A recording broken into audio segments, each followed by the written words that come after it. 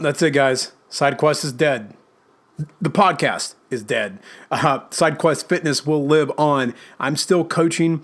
I'm still helping people achieve their fitness goals. I have a goal of changing the lives of 100,000 men and women, helping them live the most awesome lives ever. Specifically, now I'm working with men in their 30s, helping them make their 30s better than their 20s so that they can live the life as the man, the husband, the father they've always wanted to be. So you can always find me online, sidequestfitness.com. You can find me on Facebook at SideQuest Fitness, Twitter at SideQuestFM, and Instagram at SideQuestFM. That is where I will be. I'll be hanging out doing social media stuff, but the podcast, for now, is dead. Maybe like Superman, it will return. I don't know. We'll see what happens in the future. But for now, the podcast is dead. So there was only one way to take this out. And the one way to take it out was to record an epic show with myself, Tanner Bays, and Nick Sorrell. So let me shut up. It's a long one. Let's get into it. And let's all toast to the awesome 203 episodes over the last 3 years that I've put out. And to everyone who's listened, thank you so much from the bottom of my heart for listening to SideQuest Podcast. Step up and you gotta get it fitness. Host Rob at the moment and the quest is you gotta check it and wreck it. You're breaking personal records and with the help of the guests you won't be guessing on the lessons. That's a +5 fierce. Got a low-key bamf right here.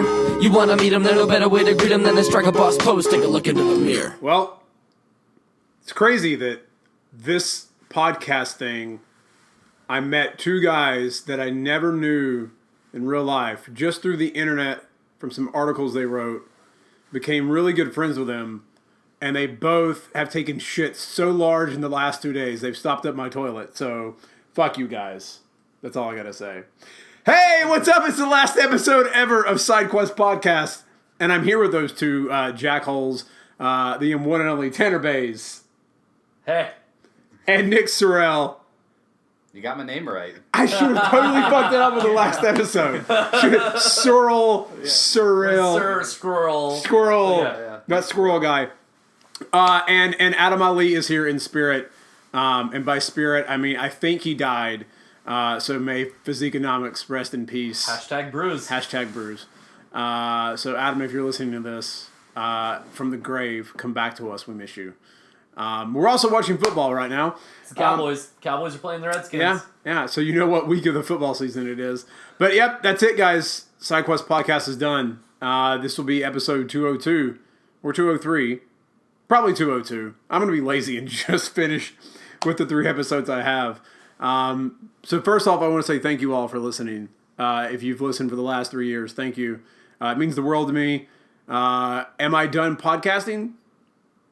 No, I'll leave that door open. We'll see what happens, but I'm a writer, and writing is what I love. Words are what I love, and I may come back to podcasts in the future. I do enjoy talking to people and asking questions, and Mason Woodruff called me Joe Brogan. So, I if I could be like Joe Rogan and have really great, like, amazing kick-ass guests and just sit in a room and fucking get stoned with those people. What are you trying to say? Yeah. I mean, I don't have anything for us to get stoned with, but like if I could, the rest like, of it. Yeah, like that's what you're saying. that would be an amazing way to do a podcast. Yeah, and if you didn't have to edit it. Yes. Yeah. Don't want to edit because that's been anymore. the thing, right? I don't want to edit anymore. Yeah. Right? So if you're sitting at home and you want to edit for free, Yeah. Reach out to podcast is still in this bitch. Reach out to Robbie Barlow. The podcast dies for a week, and one guy goes, "Dude, I love your show. I will edit everything. Send me your files." Well, We'll talk about it. We'll talk yeah. about it. Yeah. We'll see. Also, somebody to line up guests. That too. Yeah. That too. So if you want any of those and you want the podcast to keep going, you want to line up guests and edit, let me know. We'll have a conversation. But really, though, man, I mean, let's think about it. 202 episodes. That's a pretty fucking solid run. That's a huge solid run. Yeah. I mean, that's a lot of podcasts. I mean, think each one being about, what, an hour? An and hour? a half? Yeah, that's 200 episodes, 200 hours. Yeah, that's pretty solid. Yeah. kind of sucks. Ouch. Yeah, so, I don't know how much these two fuckers have been drinking all night, so I'm just starting. Boys, what are you drinking? Let's tell the internet the gloriousness that you are drinking right now. I am drinking Shiner Bock because I am from Texas, and that's what I drink. And I'm drinking Shiner Bock because Tanner's from Texas, and that's what he drinks. So, guys, what are we going to talk about in this last episode? As I scream at the TV and hope that Dax doesn't show like 300 yards tonight and makes my fantasy football hatred continue. I think we could talk about how this podcast has been awesome. I think we should probably talk about... I'll tell you what, what is your favorite moment from the podcast? Yeah, why don't we flip the script? We'll interview you. Yeah, you Yeah. Favorite moment from the podcast? All right, I'm going to be honest. One of my favorite episodes was the night we got super tanked man. while watching Color Purple and talking Purple about music. Rain. Not the color. Not the Color Purple. Way Sorry. different. Way Whoa. different. Sorry about that. Purple Rain. My mind is tired. I don't know where that was going. Yeah. That was a great episode. Yeah. If y'all don't remember, we got hammered at my parents' place in Atlanta, and I dropped a bottle of vodka and broke it on accident. And then we talked about music for like 2 hours, didn't we? Yeah, that's music, it. We literally just talked about music. And I think Nick and I cried to Simple Man. Yeah. Yeah. We talked about the gloriousness that was the greatest rock and roll lyric ever written from Taking Back Sunday. Yeah. We talked about Purple Rain and Prince. We talked about a whole lot and just like really dove into it. That was a lot of fun. Getting to finally get that answer from Roman that I had asked him on like Reddit 3 years ago. What was that question? You have to go back in time. It's in the future. You're in the future. And the world is dystopian and they're trying to vote on their leader. But to vote on their leader, they decide to go back in time and pick out like 5 of the greatest people from history to battle to the death to be the new leader of the world. Got it. And the person who has to pick those people is you. And he had to tell me what 5 people he would pick. Got it. Do you remember who he picked? Off the top of my head, no. But that was episode 100. So if you want to go back and listen to that. Who would you pick? Who would I pick? Yeah. Okay. Great question. Turning the tide. Man. Yeah, thanks. Interviewing you. I came up with it. I would have to go Genghis Khan first. He did basically rule the greatest land empire in the history of the world. Okay. I want to go with warriors because, like, I mean, not that Alexander wasn't battling, but like, he's not like in the heat of battle. I think just because we're American, I got to throw Washington in there. Even if he didn't know how to speak French and almost got himself in trouble in signing a treaty once because he couldn't speak French. Man, yeah, that's too. Like, it's really hard when you think about all the people of history. I came up think with it. you Dude, I need came up to with get it a bit in- closer to modernity. Like, yeah, I think if you're dealing in the 1700s and in antiquity, you're gonna run into some issues. Yeah, you are, and like if you think about, It's easy. well, All right. what if they're All right, if, so okay? you If it's ready? obviously the battle is hand to hand combat. Yeah. So like I don't know how well like Dwight D. Eisenhower or Patton is going to be against Genghis Khan. Yeah, but you know who would It's- be? Teddy Roosevelt. Yeah, so that's Teddy one of my- Roosevelt he's one would of be my a five. badass. He's one of my 5. Teddy Roosevelt's obviously one of the So 5. I would pick 4 Donald Trumps and 1 Teddy Roosevelt. Get the fuck out of here. and just watch Teddy slay 4 Donalds.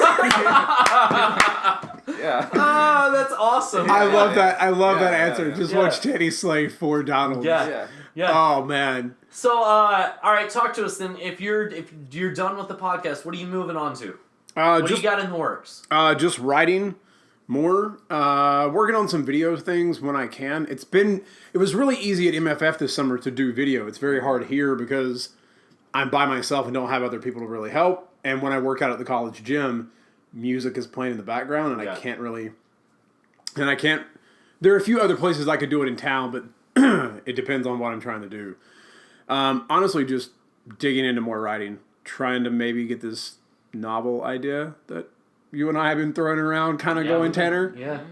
And working on more of that. And then business stuff. I've got some group training launching in January. And now that the Battlefront 2 trailer is on TV, I just want to play more Battlefront. That's it, guys. That's I fair. just want to play more video games. Yeah, that's fair. Yeah, I mean, that's really it. Like, I'm not going to say a podcast won't ever happen again.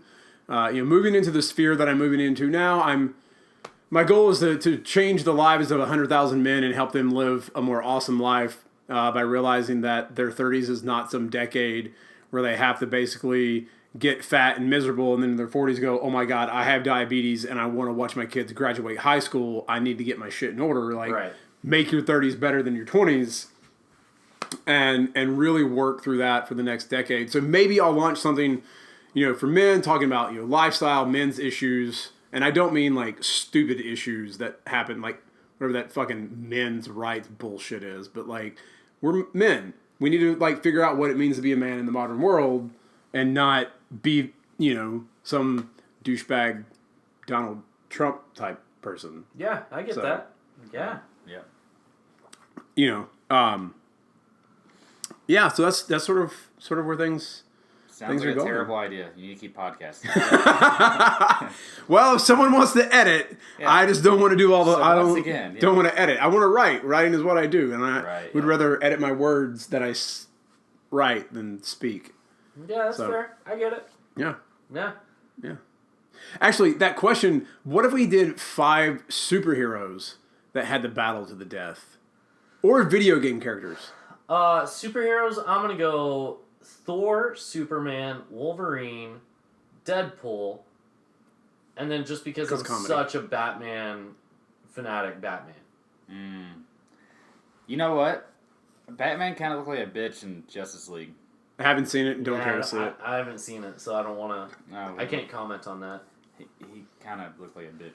Yeah, but you know what, man? Like, the Batman trilogy, that still holds up. It so. does. It does. It overrides anything I else. do love Batman Forever. You're right. It's so great. Listen, I'm gonna be honest. Let's talk about those old Batmans for a second, since I brought that up. Batman, love it. Batman Returns, I really like it. Yeah. Like, it's very Tim Burton, but I really, really like it because there's some weird dark shit. Yeah, there's... in the annals of Batman. Yeah. Oh, for sure. Batman is dark. Yeah. Yeah. Like, fine, Batman Forever was a little ridiculous, and you could tell you were like, oh, God, whoa. They're, like, really going back to, like, campy. But, come on, dude. The Riddler, like, Jim Carrey. Yeah. Jim Carrey was so good in that. Yeah. Like, I really enjoyed, and I thought Val Kilmer was a great... Val Kilmer was a really great. interesting Batman. Yeah. Yeah. I like Val as an actor just because I have some experience doing some Suzuki training that he did, which is very weird and different. But yeah, I really like Val Kilmer as an actor. He's a badass who like he kind of fell off for a while. Like he did some indie things and kind of fell out. But I mean, did he ever come back from falling off? he really did did. something.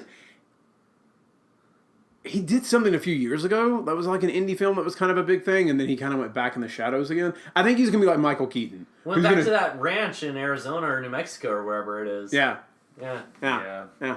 I think he's going to be like Michael Keaton. He's going to come back one day and do a I movie. could see him popping up in a Batman movie 10 years from now as a villain of some sort. Or a Top Gun reboot. Yeah. But now that we're talking Fine. about old Batmans, let me ask you a question again. Have you ever danced with the devil in the pale moonlight? Yes, I Yeah? have. Yeah, I was on shrooms. It was awesome. All right. Yeah, Well, yeah. Secret to life, ladies and gentlemen, is orange juice and bunnies. I learned that while on shrooms once. well, Orange juice and bunnies. there you go. Yep. That's the secret to life. I don't know what that means, but I have them once. So, yeah, guys, we're just rambling on this one. We're going to talk about whatever as we wind down the podcast. Guys, I don't think I ever got to ask you guys some of the questions that I've asked over the last, few months. What's the most money you've ever drunkenly spent on fast food? Oh, God. Fuck. I've said it before. I'll say it again. I know I spent $17 at Taco Bell one night. Oh, dude, I'm about to shit on that. So, I know I spent like $35 at McDonald's once because I bought food for everybody in the car, Yeah, So- that's what gets you whenever you Yeah. get drunk and you're feeling real generous. You're like, fuck it, and then Yeah. you like give them your card, and then you check your bank account. And you're Yeah. like, the next day, and you're like, what the fuck did I spend $35 at McDonald's on? Yeah. And you're like, where'd it go? Oh, wait, I fed everyone in the car. Yeah, you know, like when you grow up in Texas, like Whataburger's where you go, like always. So good. And I remember for a fact that I spent, I think, right around $50 at Whataburger for like the car and like my car and the car behind me. Because it was like one of those, like I was in college, right? And it was like that time in college whenever it was like a Thursday night and I got paid. And so we were into Friday and I knew my direct deposit hit at like midnight. Yep. And somebody was driving us and they were taking us through the Whataburger drive-thru and it was like 2:30 in the morning. Mm-hmm. So like my direct deposit had hit like 2.5 hours before and I was like, I'm a fucking baller. let me buy Whataburger for all of you. Yeah, I got it. Don't worry. Yeah. So speaking of that, one time in college, after I had moved off campus, I guess my school loans had come back and I had extra money. Oh, yeah. Yeah, so I got a payout, a check from the college. The college gave me money, and I cashed it. I went to the bank. I went into the drive-thru and I was like, "Listen, I want you to cash this check." It was like $1,200, and I want you to hand me the cash, and then I'm going to hand it back to you so you can put it in my account. I just want to hold $1,000 in cash in my hand, all in 20s. And she hands it to me, leaves the door open, and I just like held $1,000 in my hand and was like, "Yes," put it back in the thing, and she deposited it. What's the craziest thing you've ever done when it comes to money where you're like, "Oh my God," like just you, like in that example, you got paid and just went, "I'm a fucking king." Oh, man. You want to take that one? I got to think. I mean, I just booked a trip to Paris on a whim. All right. Yeah. So, I mean, it was on a pretty ballin' Cyber Monday deal, but my girlfriend and I, like, props to her. Ashley's the one who found it all. Yeah. And handled it all. But, like... You didn't bat an eye, you just... Yeah, you know, truthfully, like, thanks to Mike Dola and Stronger You, that's, like, something I couldn't have done a while back. No way. You know? Yeah. Like, 2 years ago, there's no fucking way I would have been like, yeah, I'll just book a trip to Paris. Yeah. That's okay. Yeah, not at all. That's the one that's top of mind. Because I'm sitting, you mentioned George Washington in French, and I was like, I need to start learning French. So yeah, that's what stands out. I don't think I've ever really I've done like dumb purchases like we all do, you know, like, oh, that sounds good, and then you buy it and you're like, why the fuck did I buy that? I didn't need it. And I've done like spontaneous things, like the very first time I went and stayed with you in Virginia.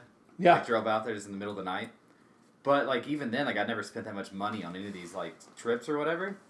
So I'm usually whenever I'm like spontaneous, I try to be frugal. That way I don't fuck myself. Yeah.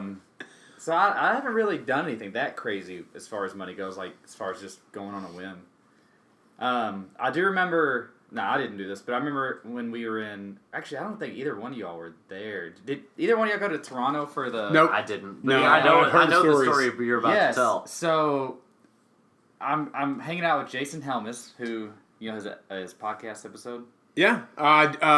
Episode 3 originally, and then he came on like 2 times after that. So I thought I didn't think you remember it. But yeah, so Jason and I were hanging out with Eric Bach, another guest. Yep. Joey Persia, has he been on? Joey's been on as well. And then we met Mark Fisher.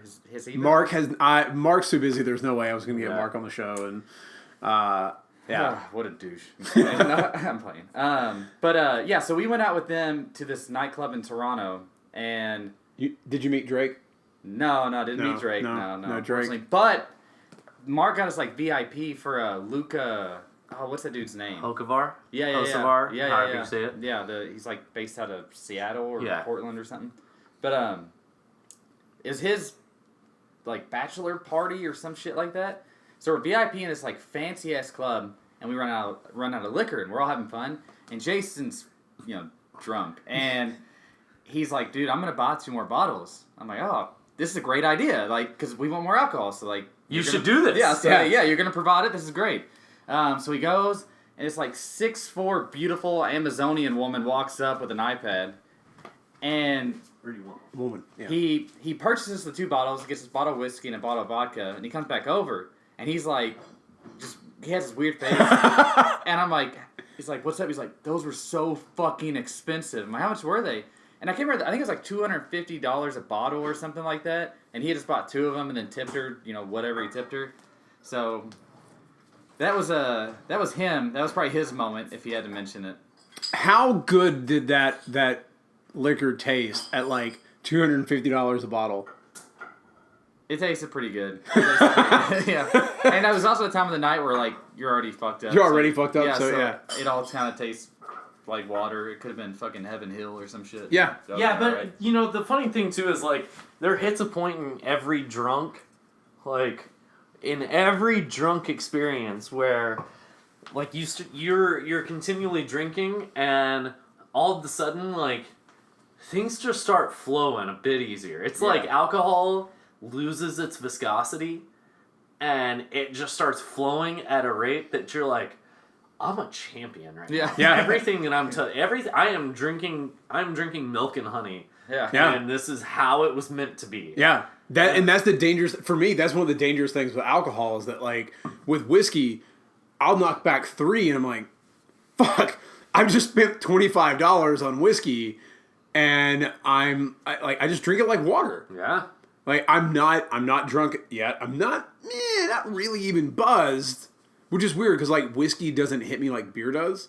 Like, I'm drinking beer right now, and it hits me harder with beer. We're trying to get Robbie drunk. We're celebrating! It's a celebration, bitches! Yeah. Celebration! Yeah. I really hope it did not pick up that fart. I hope you edit that. Whatever. I'm going to put in a big, giant, like, foghorn right there. Yeah. I'm not, because I don't want to edit these. These are literally going But on. if you're sitting and you want the podcast to keep going, and you want to edit free. And do show notes and everything else. Yeah. It may involve money at some point. I can't make any promises. It won't. But if you... But the cool thing is, when you get in good with Robbie, he just kind of offers you his house, and you just come to Rome, Georgia, and just stay. Jesus Christ, that fart smells awful. Yeah. So booze and doing stupid things. All right, one of my favorite questions to ask, and I'll answer this myself. If you could max out your credit card at any store, what store would you max your credit card out at? Oh, all right. You answer first to get All it right. on going. I'm gonna say this only. Hold on. Is Amazon cheating?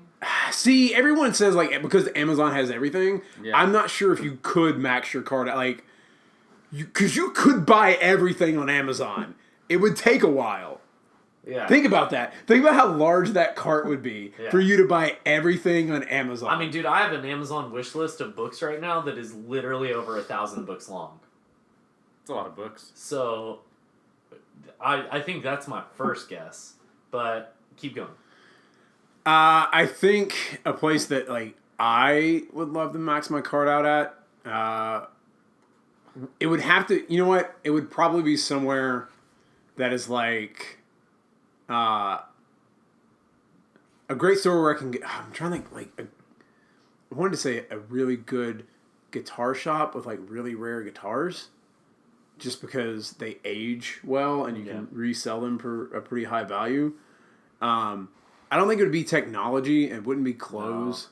No. I definitely think it would probably be something like buy some really cool drum sets and just buy some really... Or if there were a place where I could get all of the old Power of the Force action figures from, like, our childhood in the mid-90s, I would buy every single thing so I could officially build my man cave, which will someday be a full-sized replica of the Millennium Falcon, which is one reason why I'm really pushing my mother-in-law to let my wife and I have their property in New Hampshire, because I could fit a Falcon in the middle of that field. Think about that. I got it. All right, let's hear it. I would do either... I would max my credit card out at Lou Casey Boot Company. Okay. Okay, because I mean, their pair of boots is anywhere from $500 to $2,000, $2,200, or a rare bookshop. That sounds cool. Rare bookshop. Yeah, there's my cousin. I think I've talked about this a bit. He's like one of the top 5 Sherlock Holmes book collectors in the Yeah, world. yeah. So he's got like 12,000 something copies, and he just donated his collection to SMU. Wow. Yeah. I mean, you got a fat tax write-off. But like he's like one of the foremost collectors and has been featured in like every major media outlet and whatnot. And at this wedding I just went to in August or September or whenever, he was talking to me about a really, really great rare bookstore in New York that I haven't gone to yet. That I could see myself going to a rare bookstore and wanting to just spend a fuck ton of money. Oh, yeah, for sure. Yeah. I think I'm going to say something like the MGM in Las Vegas or something like that. I don't know. Okay. Because I don't know if they like. I'll have to ask some friends, but I don't think they let you come in with a credit I card. don't know how that works, but something like that. Because I don't even know what they sell. I don't even know what you do there. I have no clue. You just want a ball.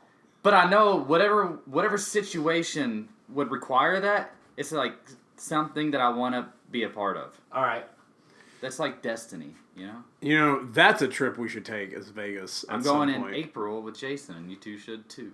I don't know. I'm going to we have Bermuda I've got in April. Mexico, and then I'm we doing- have Bermuda. I'm doing Bermuda and Las Vegas. When's Las Vegas? I don't know. All right. I don't know. I'll have to ask Jason. Okay. Yeah, that would be fun. Loads of fun. But yeah, totally doing that. I've that never Bermuda. been To Vegas. I've never been either. I have a Really? couple of friends who live I out figured there. You would have. No, I've had two friends who've lived out there since like 2011.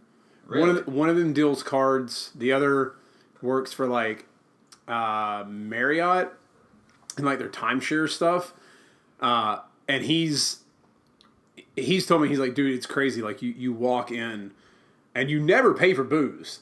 But you, like, it's dark. There's no windows, no nothing. They don't want you to know what time it is. They bring you whatever you want.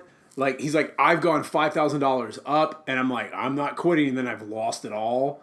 Yeah. I had my friend that now deals cards there. He moved out there because he was a serious Texas Hold'em player. We were playing in college one night. So my freshman year, every night, we played cards down the hall in his room. And we were playing one night, and there's three of us left on a table of like 5. And the flop is like, I've got 3 of a kind on the flop. Mm-hmm. Okay, with a chance that like if the next card on the turn, I could hit a full house. Yeah. Okay.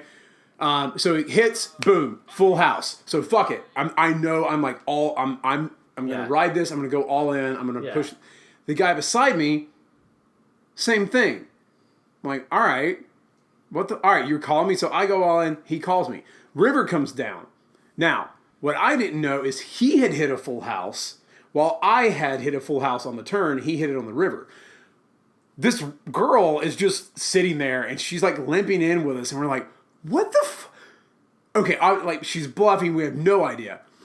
I flipped mine. He flips his. I had 1. She flips hers. Bitch had 4 of a kind. Of course she did. And we're sitting there, and Andrew goes, before we flip the cards over, he goes, first off, before you flip over, Robbie, I'm going to call your hand. Called it dead on, suits, everything. Called the other guy's hand. And he goes, before you guys even see her cards, I want you to know this one thing. You're both about to get beat. And we're like, bullshit. She flipped it over, and we literally lost our shit.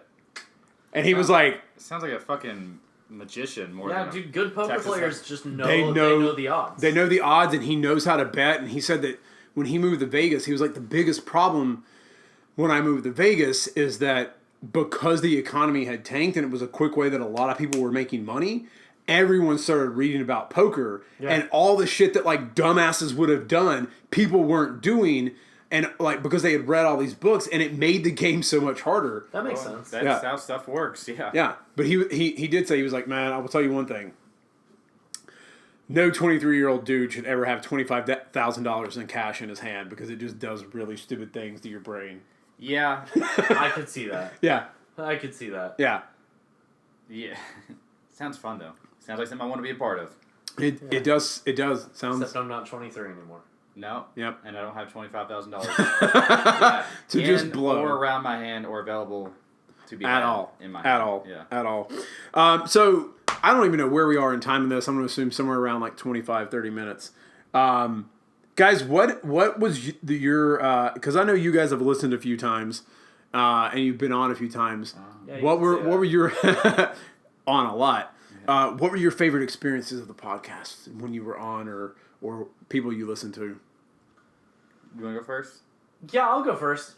Sorry, I was watching Des Bryant catch that ball. We got it. He caught it. Des caught it. Des actually, in fact, caught that. Fuck that. Fuck you. I mean, two stand out. You know, like we can't neglect the fact that like this is how we met. Yeah.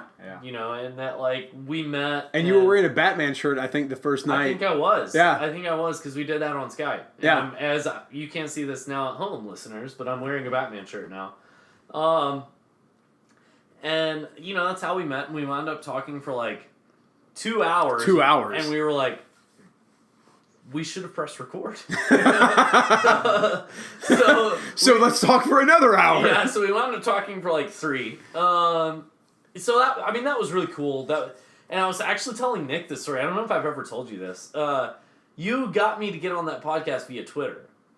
Did I really? Yeah, and you did at the time. Your handle was just SideQuest FM. Yeah. And you didn't have your name. It just said SideQuest FM. And I remember you kept interacting with me and whatnot, like complimenting shit that I had written. And I remember you kept talking. That's the key, guys. Just suck Tanner's dick really hard about words, or suck his dick really hard. Totally best friends. Does tend to work. It doesn't not work. Yeah. And I remember thinking to myself, like, who the fuck is this person that's just continually blowing me the fuck up? And I remember like thinking about it, like, all right, I'll just get back to you later. And like, lo and behold, I'd come on this podcast and we'd just fucking hang out and nerd out for so long. And then truly, like, that night that we, like, cooked dinner together. Oh, yeah. The 3 of us, where we played basketball, we got hammered. Yeah. We worked out that morning. Oh, my God. That was a lot of fun. Still I think we were still slightly, like, on the cusp of drunk. Yeah, On for the sure. cusp. For sure. We were all sunburned. Oh, God. Yeah. We had hung out by the pool. That was the day that because you guys picked me up from the airport, then we went to your house and got wasted, and then worked out that morning, and then we got super sunburned. Yeah. Which tip, by the way, never grill bacon. Yeah. It doesn't turn out very well. Yeah, I heard. Actually, I remember you suggesting that, and I remember thinking to myself, this isn't going to go well, but I'm going to let you do it. Maybe you know something I don't. Those burgers were so good, though. They were good. Yeah. Lamb, ground beef, mix it all together. Oh, listen, fuck your macros that day. Unless you're like paleo or super low carb or keto, like, you'll be fine. But like, so good. So delicious. Mm-hmm. So delicious. With poorly grilled bacon on top. It's all right. Yeah. It's all right. It all tasted the same. It all tasted the same. Yeah, that was a really good day. Top 5 day ever. Yeah. It was a great day. Like, not just in our lives, but like in history. Oh, yeah. for sure. Yeah, but the rest of the world wasn't there. So For sadly, you guys will just have to imagine how awesome it was in your head. And That goes just that awesome. above the day that they signed the Declaration of Yep. Independence. Right. Yeah, right it's above like arguable, but yeah, I'd put it right Yeah. above. Yeah. Yeah. Just a shade above. Yeah. If John Hancock had been there, we would have hung out with him. Actually, you guys, it's Herbie Hancock. Everyone knows that. Yeah. If you get that reference, you're awesome. I didn't get it. What about you, Nick? Me, so I guess like the first one is similar to what you said, as in, sorry, Dak Prescott just got hurt and Tanner's crying right now. I'm really glad I didn't start him today then. Yeah, he's got laid the fuck out. Yeah, he just got destroyed. But yeah, so I guess my big one's like kind of like what you said is like by being on this show, this podcast, like I was able to meet a lot of different people, and maybe not even just meet, but like develop relationships, especially like when the coach's corner was a thing. Yeah. God, that was so much fun. It was fun. It was, I don't know, just the relationships you build. You know? Yeah. Now I'm sitting in this fucking living room with you all. I clogged your toilet earlier. Like, yeah.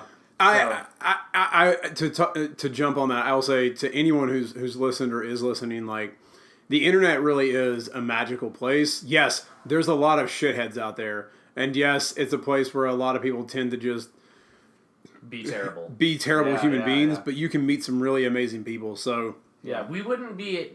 Man, think about this. We work for the same company now. Yeah. We have a ballin' job. Yeah. We're about to go to a seminar together. Yeah. In Bermuda. And then think about that. This Saturday we're gonna go to a seminar. That'll be cool. Then we're gonna go hang out with our friend Eric Bach Who we met in on his the internet. ballin' house. Who we met on the internet. Who we met on the internet. Yeah. Like, Right. Yeah. Like, that's it's awesome. Yeah, like it really just I forget sometimes just how much my life has changed by meeting random people on the internet and connecting via Facebook. People who offer their homes up to you. Yeah. You know, like that's a Yeah, real level of closeness. I remember the first time I met you and like the first time you came like over in Richmond, Hannah was like, Oh yeah. so these are just people you've met on the internet. I'm like, yeah. yeah. Like it's totally cool. Like we're bros. Like we're like we talk all the time. Yeah, we talk every day. Yeah, every day. Yeah. But she's still like, okay. I mean, like it's not weird, but it's also weird. kind of But weird. it's also weird. Yeah. But that's the thing is, I don't think it will be weird in the future. It's because it's not you know? weird now. Yeah. Right. Yeah, so it's already like, and many of my best friends I met, on the internet. You all, like Jason, Adam Ali, even though he's a Adam, if you listen to this, we miss you. Yeah, Come hang out with us again. Yeah, I told him I was going to be in Paris. It's like a 2.5 hour train ride. He's not coming. He's You're not coming right. to Paris. he You're should. He won't do it. like But for 2.5 example, you talk hours. about giving up your home. Like, didn't Adam come stay with you for like 2 months? Yeah, it Or- wasn't really my home to live in. Yeah. But point being taken. But you gave away someone's home. yeah, and truth be told, I wouldn't be in New York if it weren't for friends that I made off of. Ryan Switzer. Your boy just ran back a touchdown. Oh, on a punt. Didn't Switzer go to UNC? Yeah. If either one of you say he didn't go to class, I'm going to punch you both in the throat right now. He probably took those paper classes. He probably did. In He probably Afro-American did. He probably studies. did, but they whatever. And then Whatever. I think other than that is it's really the biggest one. I really enjoyed, and then there's also a lot of episodes that like I genuinely did learn things from. Yeah. Eric Bach, who we're going to see, he actually had a really good episode. True. Bach is really smart. Yeah, he is. Greg Knuckles. Greg Knuckles. Yeah. I was on a podcast with him and And Adam Fisher, yeah. Adam Fisher. Yeah. That was a good one. Well, then you and Adam and Ryan came on to talk about like mental health and like Yeah. we've like the podcast has covered some things outside of just fitness, and that's like I love working out and I love talking about that stuff and I love helping improve people's lives, but there's more to it than that, and I would love to make this just a random show of randomness at some point. Yeah. Yeah. But I'm not Tim Ferriss and don't, have a giant following where people are like, oh yeah, I want to like listen to the random people you talk to. By the way, he just interviewed Tim Urban from Wait But Why.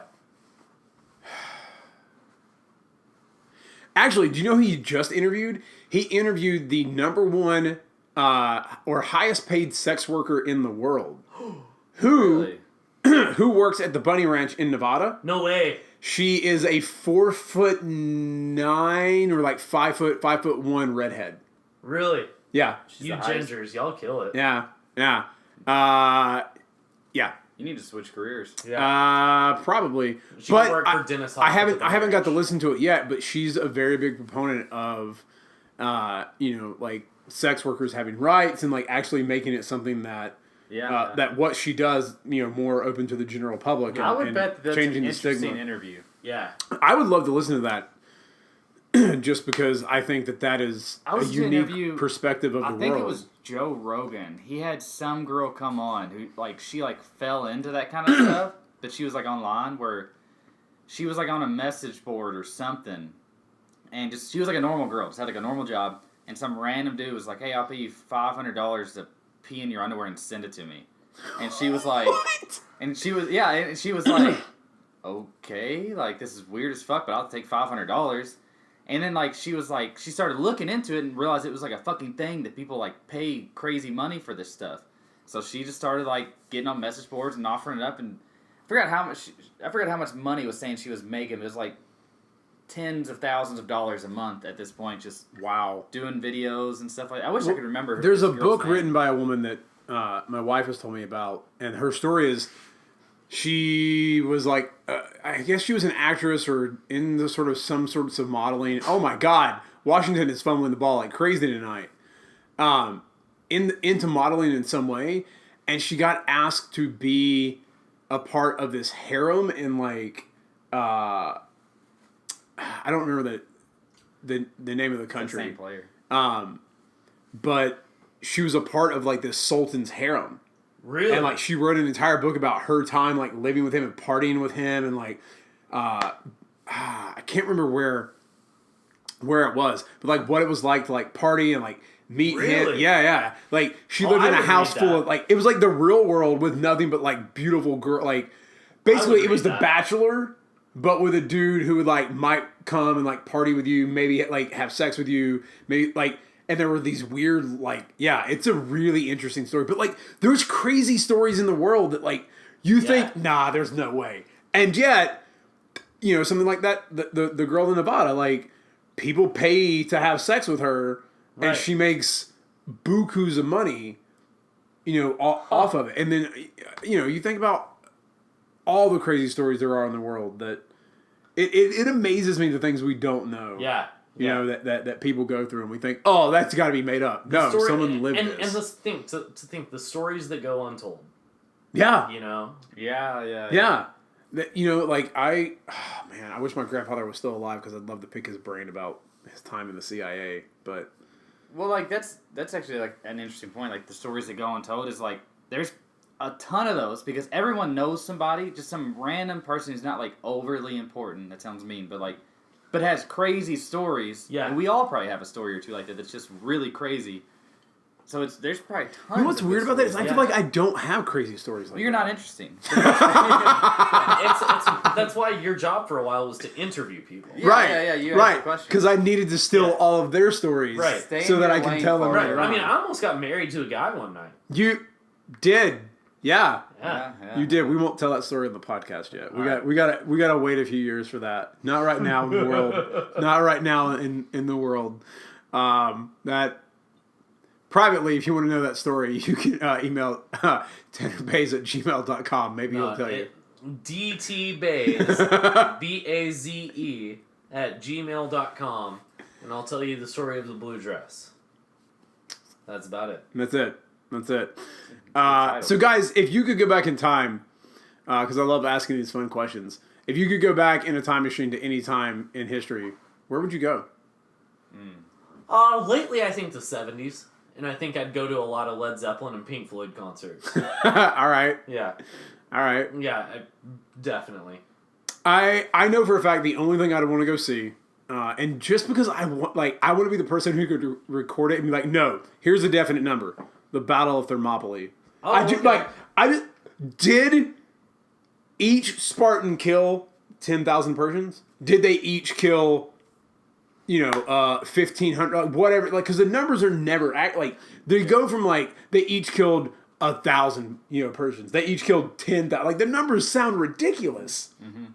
But I would love to know what's the real death toll of that day? Yeah, that'd be good. That'd be really good. But when I think about that, I'm also man, if I was sitting in a little spaceship, and I think a Jetson spaceship, kind of watching that battle. Yeah, I've got really good questions. All right. That I'm gonna throw at you. All right, I feel like seeing that would probably make me want to vomit.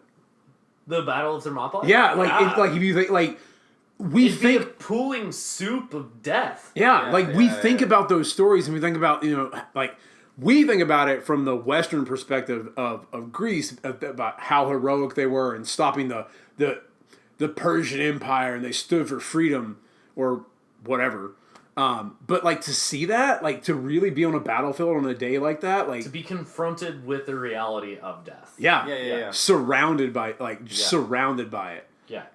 You're killing people on top of other people who are already dead. Yeah. Or still dying. Something about that. And that's how it would be, because in the movies, they get stabbed and they go down and they're dead and they're quiet and it's done. In real life, it's probably just, all you can hear is probably moans and screams and people with their legs shocked up. That's that moment in 300. Smell. Oh, yeah. Well, you forget the smell too, because people evacuate their bowels. Yeah. That's an involuntary response. Yeah. Anyways, so question time from Tanner. We're flipping the script. I'm the interviewee. interviewer. Y'all are the interviewees. Okay. So let's assume that you've met your soulmate. Robbie, let's assume it's a while back. You're in this bumfuck town in Michigan and you've met Hannah. Nick, you've met your soulmate. Okay. And it's great. Everything about you meeting your soulmate is great. However, there's a catch to meeting your soulmate. Every 3 years, your soulmate is going to get their collarbones broken by a crescent wrench. Somebody's going to take a crescent wrench and just fucking demolish their collarbones. Okay. Every 3 years. Okay? Yeah. Hold on. But there's a catch. Oh, okay. Yeah. Okay? Yeah. You can put an end to all that pain and misery every 3 years. 3 years is a long time, but it's not a really long time, remember? Yeah. You can put an end to that pain and misery every 3 years by agreeing to every song you ever listen to sounds like it's performed by Alice in Chains. Do you do it? Fuck yeah, I do it. I fucking love Alice in Chains. Interesting. It's a win-win for You Robbie. would listen to Depeche Mode, Alice in Chains? Yeah. Interesting. I would listen to fucking Nickelback Alice in Chains if I had to, because it would be better than listening to goddamn Nickelback. All right, I got a better one. All right, Nick, what's you? Yeah, because I would feel like a fucking dick if I didn't. You know? Okay, yeah. All right, I've got a better one. I'm truthfully, I actually didn't think you were going to go that way, Robbie. I love it. Dude, Alice in Chains' second album is one of those second albums among albums that is better, a better sophomore release than their freshman release. Right, it wasn't a sophomore slump. Right. Right. And there's very few bands that have that. Alice in Chains, Chili Peppers, oh, god damn it. Not Third Eye Blind. Not Third Eye Blind. We talked about that. U2's on TV and it makes me want to fucking punch a hole in my You television. know my feelings about them. Fucking hate Bond. All right, so I got a good one. I got a really good one. All right. We're in Scotland. All right, Scotland. And a group of marine biologists has captured Nessie. They've found the Loch Ness Monster. It's great news. Great news. Yeah. But, in an almost unbelievable coincidence, a bear hunter in the Pacific Northwest, just outside of Portland, shoots a Sasquatch in the thigh and brings him in. Okay? Mm-hmm. Big fucking news. Yeah. Real great big news. Yeah. However, on this same afternoon, the president announces that he has thyroid cancer. Now, here's the catch. Okay. You're the editor of the New York Times. What goes on the front page? As I If we're talking about Trump right now as president, Nessie goes on the front page. Sasquatch goes as the second headline, and a small little blurb says, Trump can't trump cancer, or something like that. he hadn't died, he's just been diagnosed. There would be some witty thing about that, because the New York Times, and they're not, they're not going to paint him in a positive light no matter what. Right. I think in the terms of, nationally, that's a very big thing. I don't know if it would... I don't know. I think that in the U.S., yeah. Right now, I would say Nessie, because of the president and who it is. Okay. Yeah. I would, as the title headline, we would, in all caps, be caught, ! Because we caught Nessie, we caught Sasquatch, and Donald Trump caught thyroid cancer. You don't catch it, but whatever. Get this man a job! Do you want to write my sales copy And from now on? it would be a feature piece about how the world completely just changed as we knew it. All right. Our president's about to die. We just caught these things we thought weren't even real, and how the whole scope of the world has just changed. Okay. Yeah. And I'm hiring D.T. Bays and Robbie Farlow to co-write the bitch. All right. I got one more interesting Probably question. get me fired, but whatever.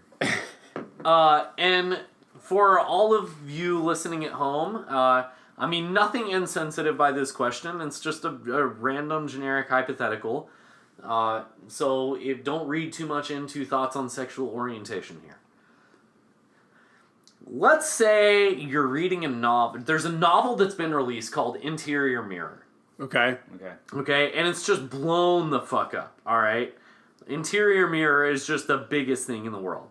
However, there's this weird, really curious social trend that emerges that nobody can prove like a true causal link as to why this trend is happening. That trend being 30% of the people who read this book become irrevocably homosexual. Like they become, but they didn't start that way? Like, they get done reading this book, and it might be you've had this massive realization, it might be whatever, but, like, 30% of this people, like, an irrevocable, not like, because I do think sexuality is fluid, but, like, you move from being into women into being into men. Okay? And, like, many of the newfound people who have, like, found their sexual identity credit the book for that awakening. Do you read that book? It's so quiet. I mean, I'll read the book. I would read the book. No, I would read the book. I think to me it's a no-brainer. I'm going to read the book, but I'm going to read the book, and if it changed my idea of my sexuality, I don't. I mean, I put Meat Spin on Nick's computer today, and I watched it for like, I don't know, a solid minute. Yeah, I'm really sad he didn't pick that up yet. No, I actually saw it and I was like, what the fuck? We said it as his homepage, so did you really? I didn't know that. Yeah, we're being teenagers this weekend. That's all right. My first thought, honestly, was like that, like it would magically make you that way, and I was like, no, because I like the way I am. But then, like, it was like, if it like awakens you, you know, anything like that, like I think you actually should, because like if that's like that's what you should be doing. You know what I'm saying? Right. Like, I think the title Interior Mirror says a lot, because I think it, you know, the title being Interior Mirror, even though this is a fake made up book, right? Yeah. Kind of gives us like some insight into like these 30% of these people are like having an awakening into maybe who they actually were. Yeah. So like in that case, like you actually. You should read it. It would the be book. a good thing. Yeah. You need to read the book. Yeah. Is there a book you've read that awoken something in you? The first one that comes to head instantly was The War of Art, just because it. I think it applies. I think it applies to like everything. Yes, I agree. That's a really good The choice. War of Art is phenomenal in that. That's easily the one that instantly comes to mind. Yeah. Maybe Man's Search for Meaning. Even though I actually didn't like I think the first half of that. I like the story of his time in the concentration camp and what he realized in the concentration camp. I wasn't a fan of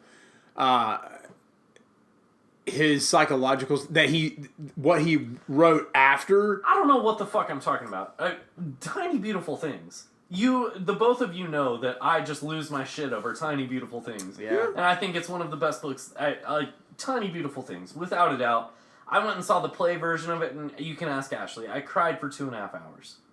The play started. Yeah. And it's Nia Davardalos from My Big Fat Greek Wedding. Yeah. And as soon as she started the play, I started crying. And I just cried through the end of the fucking play.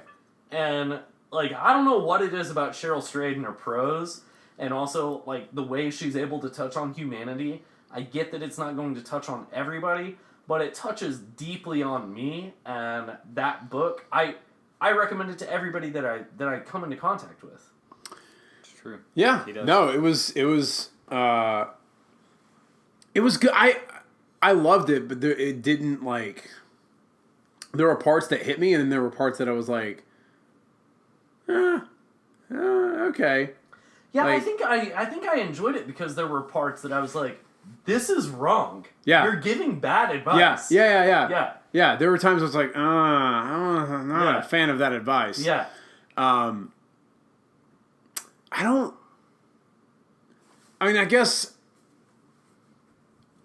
guess recently, really for me, when I think back to it, because it influenced my wedding vows, was The Obstacle is the Way. Good choice. And, like, I love Ryan Holiday as a writer, but just something about that, like, has stuck with me, that, like, everything we do is a choice, and that, like, the obstacles that come your way, like, there's always a way around it. How can you view this? How can you change that? That's been the big one recently. That's a great choice. But I like if I think like changed my life. I don't know if there's one that's like really awoken. That you got done and you were like, oh my god. Not this year. Not this year. Okay. And that's like I wanted something like that this year, but I didn't. Yeah, but those are hard to find. Yeah. That's true. Well, I mean, those books don't come around often.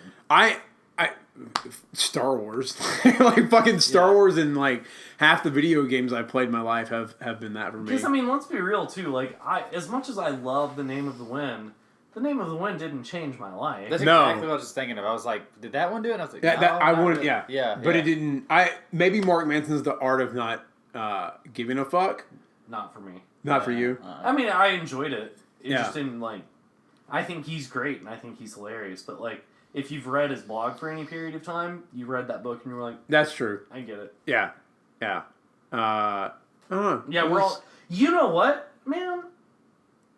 I mean, this year I've read. By the way, I was pulling all of those questions from Klosterman. Yeah.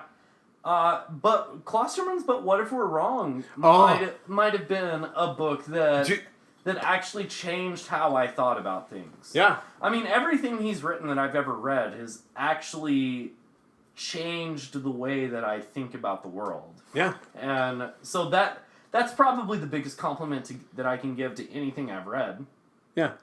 I've read like 11 books of his this year. Yeah, if you guys who are listening haven't checked it out, Chuck Klosterman, he writes pop culture, writes some sports stuff, but he's just the way he sees the world, and his book is what influenced the Buffy article that I wrote, or at least gave me a general idea of where to go with that. You know what? I'm gonna say it. One that really sort of hit me really hard last year, The Truth by Neil Strauss. Oh, I remember recommending that book to you. Yeah. I was like, you need to read this. Yeah, and it was That was a good one. Yeah, it was fantastic. That book made me think a lot about my relationship with my parents. Same. Yeah. Yeah, with I mean that was the book that spurred the article I wrote about my dad. Yeah. You know, Brittany Rand, if you're listening to this, I still want those books back. well, guys, we're nearing almost. I don't even know. A long time. It's I weird got- There's not a timer on that thing. I got home at like 8. Well, there's a I bet we're coming up on about an hour. yeah, about an hour. Yeah. Yeah, so we can start wrapping it up. If we go a little longer, that's fine. Yeah, it's the last fight. It's Death to Side Quest. The Death of Side Quest podcast in parentheses. I'll say you don't add the podcast. Just Death of Side. Cause everybody be like, what the What the then fuck? They'll listen to it and they'll see that, and then they listen. You know. Yeah. Maybe. I don't know, dude. You know, the internet's weird. I don't know how many people actually listen to. Well, they explain it in the bio or some shit. I don't want to do all that work. I'm just going to If put you're it up. sitting at home and you want to start writing bios for Robbie, Yeah. Because the truth is, his business is better than ever. He just is killing this podcast. Yeah, I'm just killing the podcast. The business is great. I'm changing the lives of men and women. And, what online writer, active, influenced you all the most? Roman or Mark Manson. Roman. Or Ryan Holiday. I would loop him into that. I would say for the longest time. You know what? I'm gonna say it. Roman and this fucking douchebag sitting over here named Tanner Bays. No. I'm dead serious when I say this on the podcast right now. If it was not for Tanner Bays, most of the success I've had, and it's not been, and I mean like the very little success I've had compared to other people we know, would not happen without you. Oh, thanks, man. You were the reason I got in Bro Bible. Oh, you were shit. really the reason why I got in the Mastermind. Oh, thanks, like because man. you kind of sold Roman pretty hard on it. You are probably the reason I won't say the reason I got into getting posted on Roman's site, but you really highly were like, dude, fucking do it, just do it, just fucking just do it. Okay. And stuff was stronger you. Oh, and shit. MFF. Like, you were like, man. if you don't fucking put a video in, I'm going to fly to Georgia and kick you in the dick. Yeah, thanks, man. So when I think about that, like, Oh, God, He I'm really has. He's paved the way for you. Yeah. Thanks, Yeah. man. Roman, that. Roman and Tanner. Fuck. That's awesome. Yeah, I Cool. mean that. Like Oh, thank you. Now, granted, I went back and read that first article from ProBio, and I was like,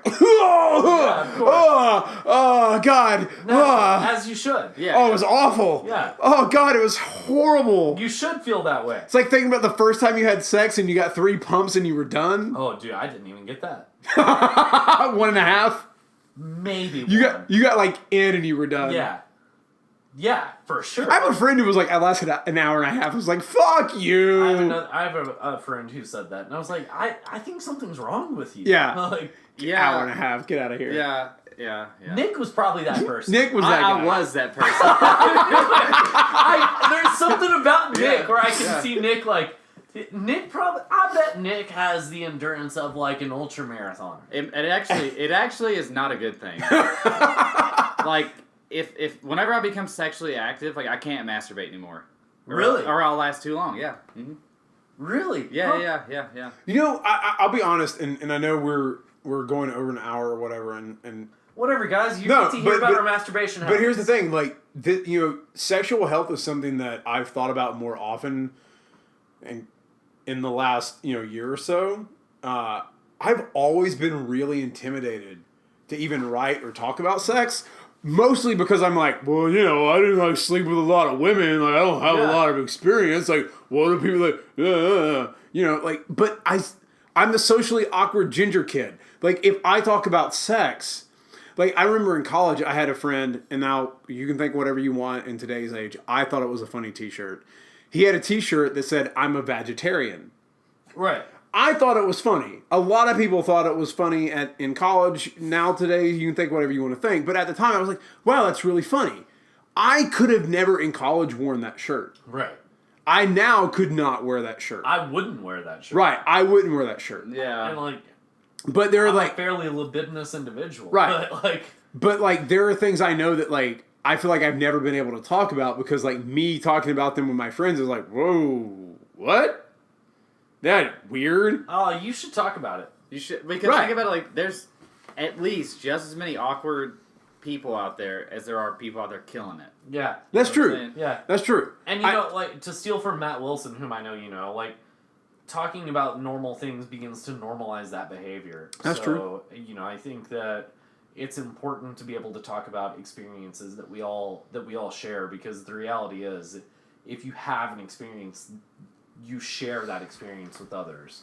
Well, and I think that like with sex, it's just very awkward because sex is awkward. Like there's Sex is so awkward. Sex, and, yeah, like the so- movies, books you read, like they all try to make it like this like cool thing. It's never really this cool thing. Your chest Your makes like fart noises. right? Yeah, like, yeah. Like you're on top. She's like, I'm sorry. You're like you're kind of laying on me, and it's just really it's overwhelming, right? Oh, I'm sorry. And like you kind of get up, and you feel kind of like I really fucked this up right now, and you're like, okay, no, like we're back in this thing. Like I'm bad at this. Yeah, like you take your shirt off, but like the whole shirt doesn't come off, and you're kind of like suffocated for a minute. Like, Or how about taking your socks off? your sock. Oh, dude, no, your socks never come off the way you want them to. I'm sorry, Ashley. I'm about to put our business out there, but there's so many times where we have sex where I'm like having to take my socks off. I'm with my not taking feet, them off. And I'm No. like, Yeah. I fuck with my socks There's on. been times where where Ashley's legitimately been like, do you have your socks on?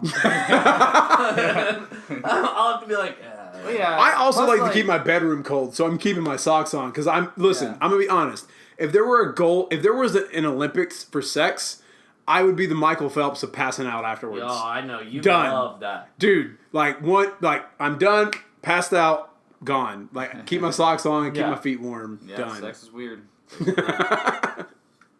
Plus, like, can you imagine how your orgasm face looks?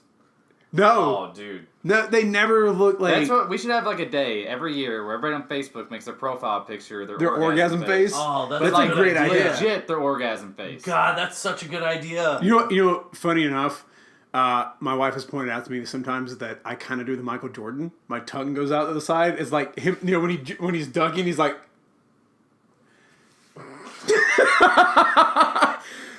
Yeah, but I don't think anyone like That's a wrap, friends. that's a wrap, friends. Robbie's orgasm face. When I get head, my toes wiggle. Swear to God. I can stop it if I think about it, but like I won't think about it, and they'll just start like tapping. Interesting. Like, I don't know if it's like a rhythm thing. I don't know what the deal is. But Nick's just like, Yeah, man. this feels good. Yeah. My toes. But why do you think that is? That like, you know, there are sex writers, and you read them, and you're like, oh wow, like they're really confident what they talk about. Like, why do you think everyone is so weirdly awkward about talking about sex? Because we're the descendants of a puritanical society. Or it's because damn you, Massachusetts. Yeah, sex is the one thing that we all share, but that we don't want to talk about, and that we like, you know, sex and money are these things that we feel massive amounts of shame about. Because I mean, and understandably so, man. Think you're in your most vulnerable state. Yeah. You're naked. You're naked completely. You might be being penetrated. Yeah. And like that's incredibly vulnerable. And you know, you're opening yourself up to criticism in every way, shape, and form in the hope that you can chase the best feeling there is. That's my favorite part about sex, what you just described. Yeah, so actually. Thanks, man. No, so, like the vulnerability. That's Yeah. that's why it's, you know, Yeah, that's why it's special. Yeah. Well, that's So- why I think that's why a lot of guys are really afraid to talk about that, because we're not, in the words of my wife, cultured, as she likes to use that word, and we're not cultured to enjoy that and to have that opening experience. No. Because, you know, it's all about, well, how many girls can you bang? Like, oh, we're doing that. Like, but we're not cultured to be like, no, like, guys, like, No, I just want to make love to you. yeah, like, enjoy that moment. Yeah. You know? And, like, you know what? Guys, if you fucking blow your load too soon because you had a really impassioning, like, soul-touching moment, like, You can always do it again. you can always do exactly. Yeah, especially, yeah. Yeah. And, like, if you have that moment and you're deeply looking in someone's eyes, like, There's nothing that compares to that. No. Yeah. Like, fucking let yourself enjoy it. Like, stop with... it's something that I admittedly battle with. Because, like, there are times that I'm like, you know, sex isn't always about, like, the woman getting off and, like, you performing and making sure she gets... Like, but I think that's the problem, is a lot of guys think that's the way... Well, yeah. that sex is supposed to be. Yeah. And I know there are ladies listening to this and you're probably shaking your head and going, God, you guys don't know anything. I want to understand more about what sex is like from the female perspective. You know? Because it is very different. Yeah. You're smiling and smirking over there, Tanner. I'm smiling and smirking because, like, I mean, not to sound like a cocky asshole, but I do think I have a pretty decent understanding. And I think that, you know, it's complicated in that sense as Hannah walks in. As my wife walks in. It's complicated in that sense because it's not just a power dynamic, as Oscar Wilde would have said. Right. But it's also not just an exploration in intimacy. Right? Like, it's not a black and white thing. No. And it has multiple shades of gray Yeah. wrapped in it. And, you know, I think the beauty of it is whenever you find someone that you're able to explore those shades of gray with, that you get to work to find those. And you get to work to, maybe there are certain times where you're having sex where you focus on, like, that one thing, right? Where you focus on that if power dynamics are your thing, then that's what you focus on. Yeah. But if intimacy is your thing, that's what you focus on. But that's not to say you can't have both at the same time. Yeah. You know, and I think that's the important thing. But the most important being that, like, you don't get to the point where you can discover that without communicating with your partner. Yeah. You have, like, You know? that's, yeah. And that's the issue, right? Like that vulnerability doesn't begin when you take your clothes off. That vulnerability begins when you talk start about having conversations. Yep. And that's of the utmost importance. Yeah, and I think that's one of the things I would tell any guy and I do plan to write about this, about, you know, like, granted, you know, I don't know anything about, like, having sex post having, like, a family and how to deal with, like, all that, and, you know, but, like, after you have sex for a couple of years, you know, like, there's Things always change. everything changes. You know, like, when you're young and in college, you're like, oh man, we're like fucking every night. Right. We're dude, we literally have sex like twice a day. And as you get older in a relationship, like that changes, and like you have to find those moments of. And I would argue that it changes for the better. Yes, I agree. Yeah. Yeah. Like, but you have to communicate those things, because I remember, sex as a younger guy, and like you don't. As my wife walks by, she's laughing at all this stuff, but like you don't communicate those things. You don't talk about those things because you're afraid to talk about those things that like you've thought or interested in or have wondered about, but like finding someone that you can have that conversation with, right? And whatever it is, like it could be the weirdest fetish you've ever wondered. Like, hey, I want to dress up like the Grinch and like come in at a Christmas tree, like and be like, fucking Grinchy and be Grinchy. Like I don't know, like that's your thing. I just want to hate Christmas and I want to get off to it. Yeah, like I don't like. My wife is laughing right now because she's here. But that's the thing. Like, have you ever felt that way? Then I wanted to have sex with Robbie while he was dressed like the Grinch. Or you wanted to hate Christmas and just get off to the idea of you hating Christmas so hard? Absolutely, Tanner. But I think like that's having that communication and talking about that stuff is something we don't do. Yeah. Ever. No, because we're not conditioned to. Yeah. Correct. We're not. Yeah. We're not told that it's okay. Yeah. And that's a. And that as we Truthfully, man, that's why I really loved Cheryl Strayed's book. Yeah, because she taught that. It's true. It's like raw, honest communication. Yeah. About like the deepest, most vulnerable human things. Yeah. What is it? Oh, I don't remember the Roman quotes all the time about like the weather and is it Oscar Wilde? What Oscar Wilde said about the weather? That like if you're gonna ask me how the weather is, don't talk to me about the weather. Let's talk about deep things that actually have meaning. I don't think that's Oscar Wilde, but I it may not be. It may not be Wilde. It's someone else.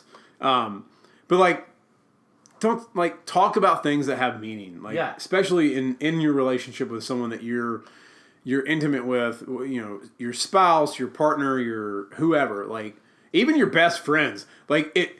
We have conversations about really hard, crazy things that like we think about as just human beings. Yeah. And like just have those conversations. Like don't be afraid to talk about that shit, because you're right. Talking about it normalizes it. It does. And it makes you feel better about it.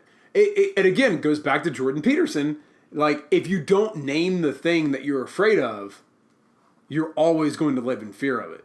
You're never going to be able to move beyond. I would argue comes back to Voldemort. Oh, yeah. You just said he who shall not be named. Yeah. But Voldemort because I'm not afraid to fucking name him. Right. Everyone was that. Robbie Farlow. Whoa! I am not Voldemort. No, I said you're afraid of saying his name. Well, I was trying to, say he who should not be named, but no, but that's the thing is like people in Harry Potter, they're afraid to name the thing that could bring death. Yeah. For sure. And we don't name those things that we're so afraid of, and we hide from them. Yeah. God damn it, she was so good, right? She got the archetypes right on everything in those books. Yeah, it's just amazing to that's me that you took the so reason long to read. I know I took forever to read them. Please don't make her feel so much better. That's actually I'm talking crazy. about my wife, who internet shamed me into finally reading Harry Potter. You're welcome, world. It shouldn't have taken that. It shouldn't. You should be ashamed. He should have been, oh, hey, Robbie, you should read these books. They're really good. Instead of having to get all of his friends to Potter shame him. It's really impressive that you have a koozie for that. It's Robbie's koozie. It's my koozie for Ben and Jerry's. Awesome. I have a Ben and Jerry's koozie. My mother hand knitted koozie. Did you knit it? I tell you. No, I did not. I did not knit it. You know what's crazy is we started this podcast asking me questions, and then we basically end it when Hannah comes in and talks about all the Harry Potter shaming, and get shamed again. Harry Potter. Robbie pooped his pants one time. How old? Oh, this was when we lived in New York. This was like 6 years ago. 202 episodes in, and you guys finally learned the truth. We finally learned the truth. And for months afterwards, our roommate, Heather, and I, because we were both auditioning as actors in New York, we'd stand in line to go into the audition room. And before one of us went in, we'd just turn to each other and say, Robbie poops his pants, and then walk into the audition room. That's amazing. Helping people since Why? 2013. What happened? Why not? Oh wow. Here's Oh God, please. Here's the story. So, we were sitting in the living room. Yeah, let me move closer. I'm your most you important. were at home? Yeah. So we were sitting in the living room watching something. Like, our roommate was on the couch. Robbie was there. I was there. And I think I, leaned over to tickle him. But, instead of, because it's me. I wish that was the way the story ended. No. But because it's me, instead of tickling on his side, I stuck my hand under his butt and tried to tickle his butt. Okay. Because it's me. Yeah. Right, And yeah, so... And butt stuff is fun. Right, but you didn't think butt stuff was fun then. You didn't want me to ever touch your butt back then. Well, whatever. Now you're fine, because we've had conversations about it. We See? have. It's all in a circle. Conversations. All All in a Yes. circle. Because we're 6 years older now. Our love is a toddler. Anyway. Older than a toddler. It is older than a toddler. As soon as I said Our that, love- it's got us wrong. Our love is no, Kindergarten. our love is a 5th grader. It's been Yeah. 9 years, a 4th It's grader. almost been 10 shit. years, so really. But going anyways, through that's state a whole history. nother story, internet world, is how Robbie and I met. This story is the time I tickled his butt, and he went, "Don't do that or I'm going to poop my pants." And then he started laughing so hard that he had to get up. He ran across the room yelling, "Oh shit! Oh shit!" And then he slammed the bathroom door, and it was silent for a good 10 seconds. so And then rare, all Robbie. of a sudden we just heard this tiny voice go, "I sharted." Oh, so you didn't full on just... No, but I washed the underwear. It was pretty bad. That's disgusting. I think that's the only way to end this podcast is the story of the time that I pooped my pants. You're welcome. You're welcome, Internet. Oh my god. We're all laughing. Remember the time I told the dirtiest joke you've ever heard on your podcast, and that's how you ended the other one? Yeah, it was how we ended that one where you interviewed me. Yeah, that was awkward. super awkward. It was 93? 90s? Something like that. Anyways, we're going to end it there. I don't think there's any other way to end this podcast than a story of the time I pooped You're myself. welcome.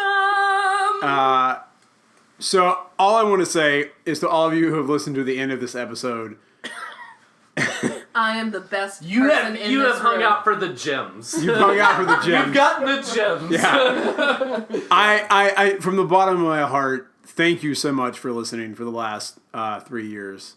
I had no idea that this show was going to end up leading me to meeting some of the most amazing people in my life. Two of the guys that are here right now. Great. Yeah. Yeah. And I'm just so thankful that you've listened for so long. For those of you who have come on as clients through here, thank you so much. Knowing that I've changed your life and helped you improve your health and fitness and live the life that you want to live. To everyone who has reached out in any way and said you've enjoyed things, I'm so grateful for those of you who have listened for so long. If you listen to this later on and you catch this, thank you for listening. And as we've joked a few times, I don't mean this is the complete end of me ever doing a podcast again, but I'm a writer. It's what I love to do. And unless someone wants to edit this, I really don't want to do the editing anymore. So maybe it will live on in a different capacity. But for now... And for now, Death to SideQuest, we've lost control of our bowels. We've lost control of our bowels. This is the death of SideQuest. Guys, Dun, dun, dun. thank you so much for hanging out tonight. Yeah, thank you. Thank God it's over. Bye. And just remember, get out there and kick ass at life.